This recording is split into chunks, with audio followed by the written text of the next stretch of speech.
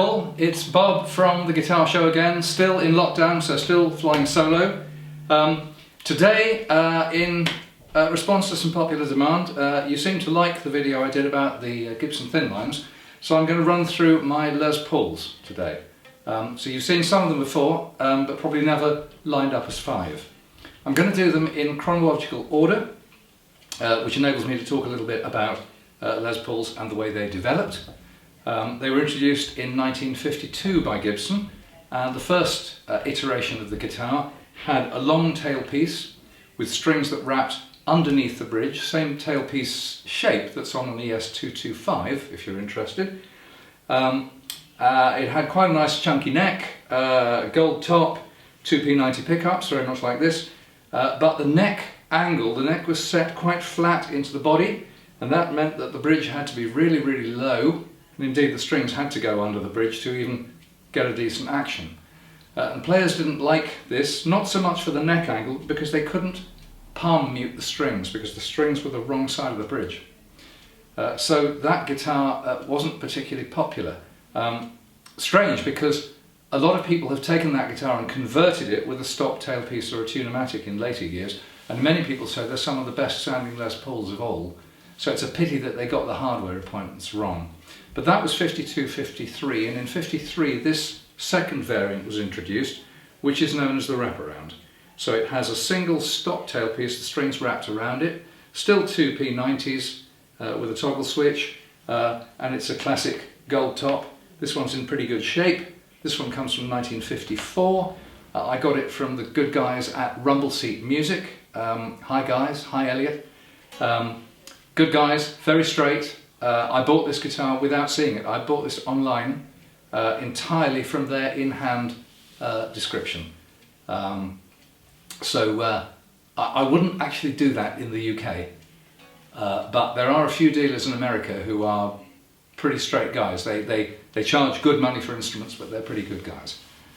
So this was one of those. My 335 in the last video, bought from Norman Harris for a lot of money, was another one of those guitars that I'd never seen before it arrived. I bought it sight unseen.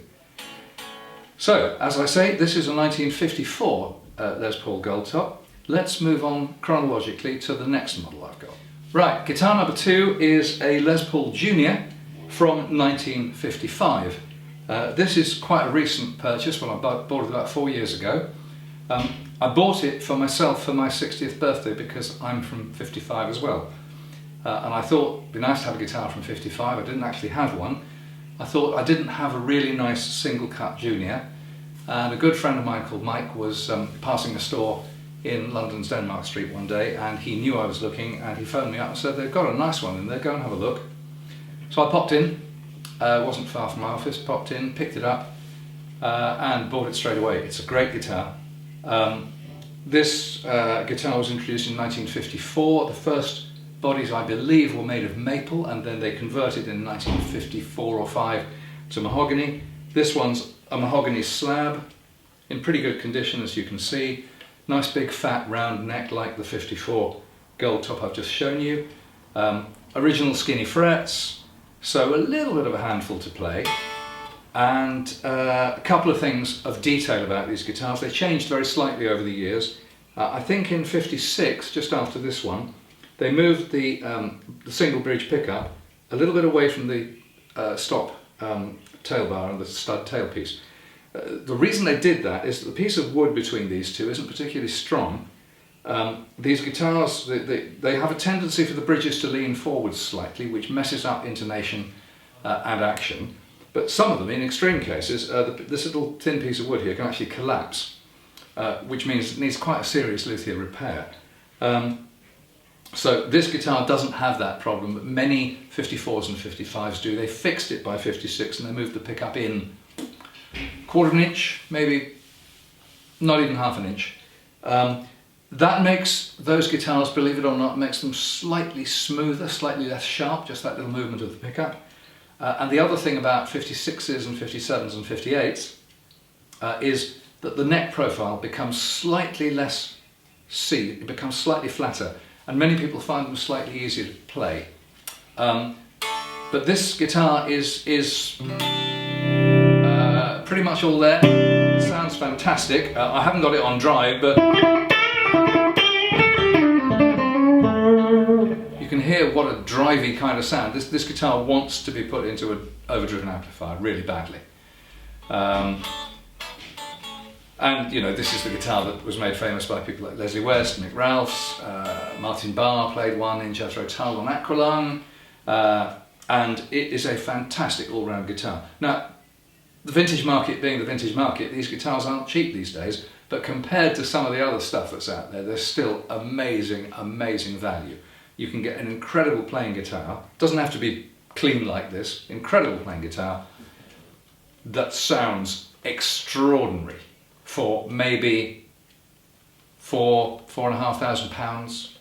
Not sure about the dollar, probably much the same in dollars.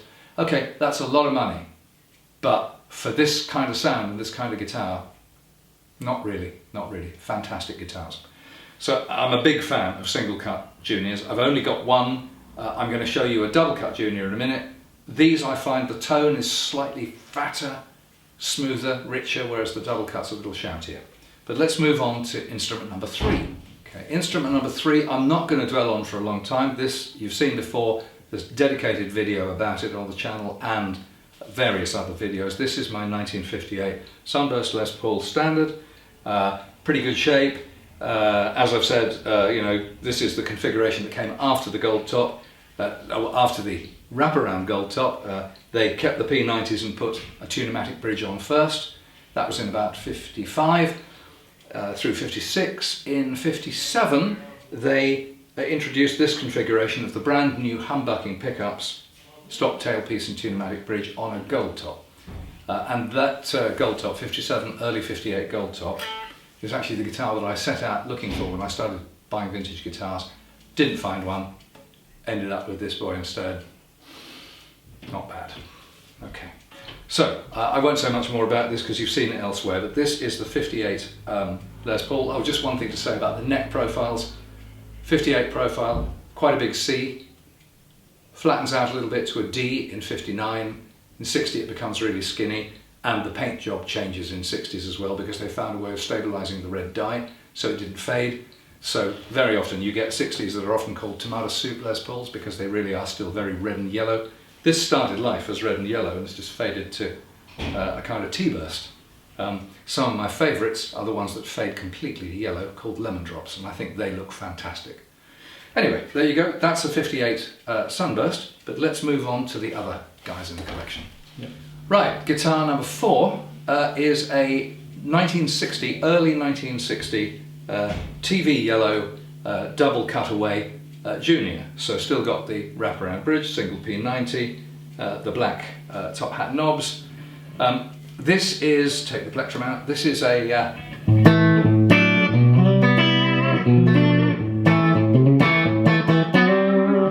it's a shouty guitar, it's loud, bitey. It's got the later bigger frets, so the action's great. Big 59 profile neck. To all intents and purposes it's a 59 and it's in the most extraordinary condition as well. The action's fantastic, but it's the most extraordinary condition. It's got a couple of little dings in the paintwork there and there, but apart from this, this is unblemished. A little bit of finish checking, but unblemished TV yellow. As good an example of banana Les Paul Jr. as I and any of my collector friends have ever seen. There's probably a few good ones in the States, but this is a rare condition for a guitar like this. And as you can hear, all these guitars are pretty lively acoustically. This one is no exception. So that is a 1960 TV Junior, and I guess the best thing to do is show you its brother. Okay. Right, final guitar in this video where hopefully I'm being a little less gobby than usual, so it's a little shorter, a little easier to watch. The final of the Les Pauls in my little clutch of Golden Age Les Pauls is this. It's also a 1960. It's got 2 pickups, 4 knobs, pickup selector. So it's obviously a special rather than a junior. Again, in extremely good condition. Really fabulous condition. The only thing about this guitar that is messed about is in the end, there are 4 screws either side of the end pin. And that shows that somebody who had this guitar before must have put a trapeze tailpiece on it at some point. Now, what makes that interesting is that this guitar has been with my father and with me since 1963. I went with him to a pawn shop in Euston, in London, to buy it, alongside my, or his, Hofner bass in another of these videos, and a little Selmer amplifier. So this guitar was messed around with and then fixed before we bought it in 1963. Most messing arounds on vintage guitars didn't happen for another 10 or 15 years. There was no vintage guitar market. These were just old, cheap guitars. So, strange story, but apart from that messing around, the guitar's in remarkable condition.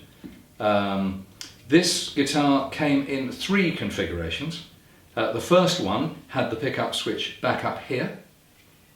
The second configuration, which is this, pickup switch here.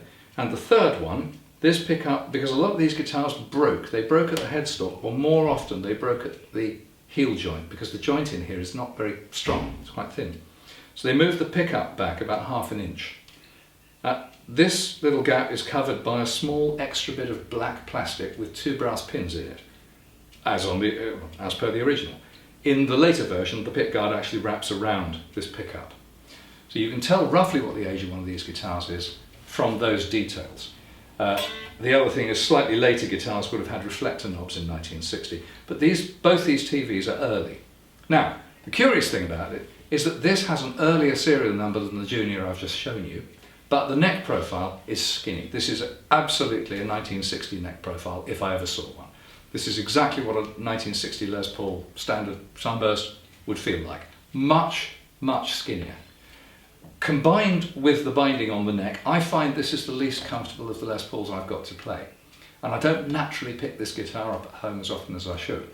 If I ever take it out and do a gig, it comes into its own. With a bit of volume, this guitar just sings. But it's one of those guitars that likes to be cranked up a bit. I'm not saying high gain, I'm just saying some volume, and it seems to really come into itself. At practice volumes, it's a slightly less interesting guitar. It still rings fairly well. It's, you know, it's still...